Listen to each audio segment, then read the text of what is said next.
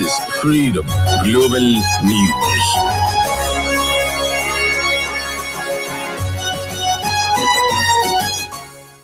National Security Council declares National Task Force illegal. This is Freedom. Academic Staff Union of Universities says it is willing to call a strike if conditions are met. Correspondent reports on International Day of Democracy. And on the foreign scene, Angolan President João Lourenço sworn in for second 5-year term.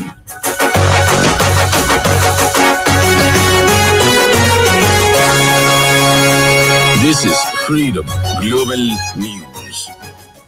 Good evening, you listen to Freedom Global News on 99.5 FM. I am Hauwa Adamu Kiyawa. Today is the 15th of September 2022, which is equivalent to the 18th of Safar 1444 after Hijri. And now the news in full.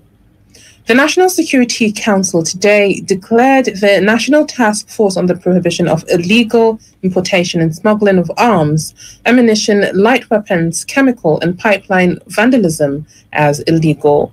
The Council therefore asked the body to disband itself or face the wrath of the federal government.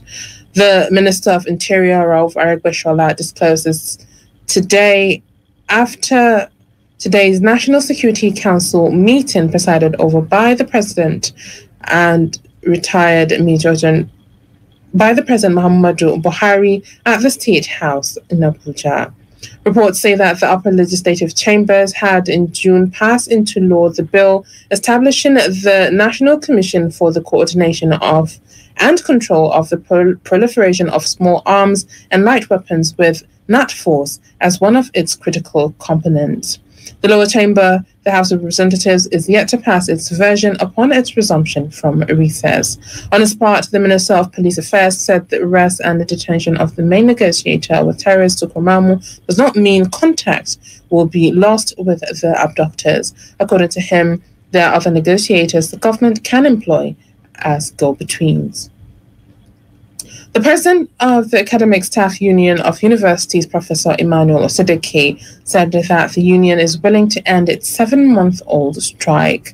Osedeke, however, said this could be only achieved if concrete agreements were reached with the federal government. Osedeke gave the assurance in Abuja today at a national town hall meeting on tertiary education tagged The Locked Gates of Our Citadels, a national emergency. It could be recalled that the union embarked on industrial action on February 14th, making it over 7 months since public universities across the country were closed down.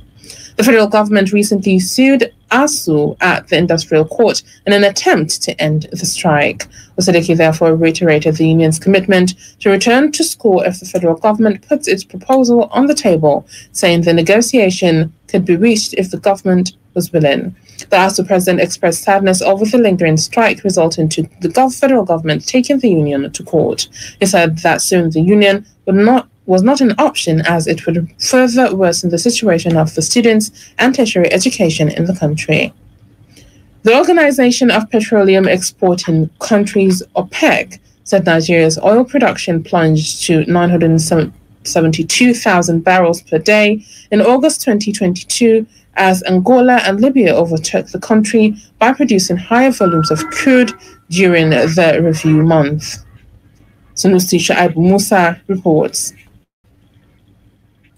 OPEC disclosed this in its September 2022 report, confirming the figures released recently by the Nigerian Upstream Petroleum Regulatory Commission. It had reported last week that Nigeria's crude oil production slumped before 1 million barrels per day in August 2022, the lowest ever in several years. The report revealed that oil production in Nigeria dropped in August 2022, crashing below 1 million barrels per day to 972,394 barrels per day, the lowest ever recorded in years. Experts and commentators on current affairs have already started to express their opinion on this setback that the country has experienced. Comrade Bello Basipagi, a commentator on current affairs, expressed the effects on the plan. Government negligence and insufficient attention with regard to security issues in the country is what makes Nigerians' oil production down. If you can see, last year we produced 1.6 million barrels daily, and now it's 1.4. We have negative of 8%. I mean, vandalization, corruption, oil bunkering, cost of oil production in Nigeria. So cost of oil production in Nigeria is about $10 per barrels. Dr. Abdulnasir Turawayola, an economist at the Federal University, Dutse, Jigawa State, explains how the situation will affect the economy of the country. Nigeria being an import-dependent economy, we need a lot of foreign exchange, and Nigeria's highest foreign exchange area is the sale of crude oil. So if there is this shortfall, that means there is a shortfall in foreign exchange. This is why the CBN is not able now to meet its own objective on providing the foreign exchange to a lot of critical sectors of the economy, which will help the economy. And this is why we are witnessing inflation, because being that the CBN is not able to provide enough foreign exchange, definitely the price of the foreign exchange like USD and Britain pound and euro skyrocketed, and this leads to inflation in the country. This is the first time that Nigeria has experienced a setback in the production of crude oil in the world, at a time when the world is suffering from economic crisis. Sunusi Shaibu Musa, Freedom Radio. And on the sporting arena, the Minister of Youth and Sports Development, Sunday Dare, has described the duo of Commonwealth Games gold medalists Tobi Amusan and Eche Brume as symbols of the future of the country's athletes. Abubakar Chejani Rabiu has details of this and other sports updates. The International Day of Democracy was first established by the United Nations.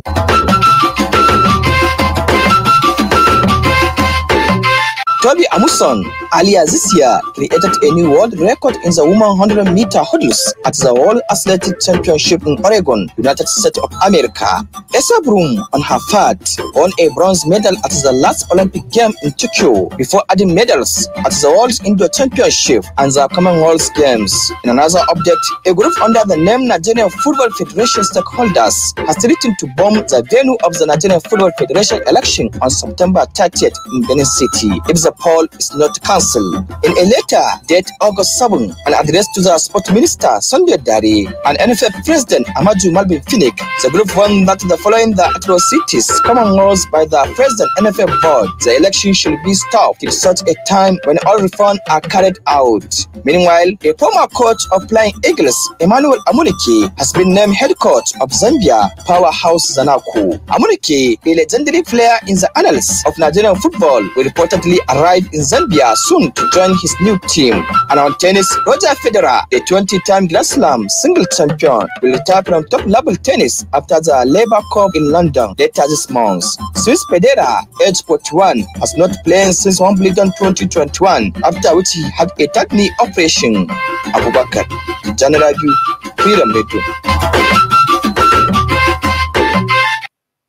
The global news is coming to you from Freedom Radio 99.5 FM. You can send your comments, opinions, and watch us live on Freedom Radio Nigeria on Facebook.com. You can get the link to the page on our website, freedomradionig.com.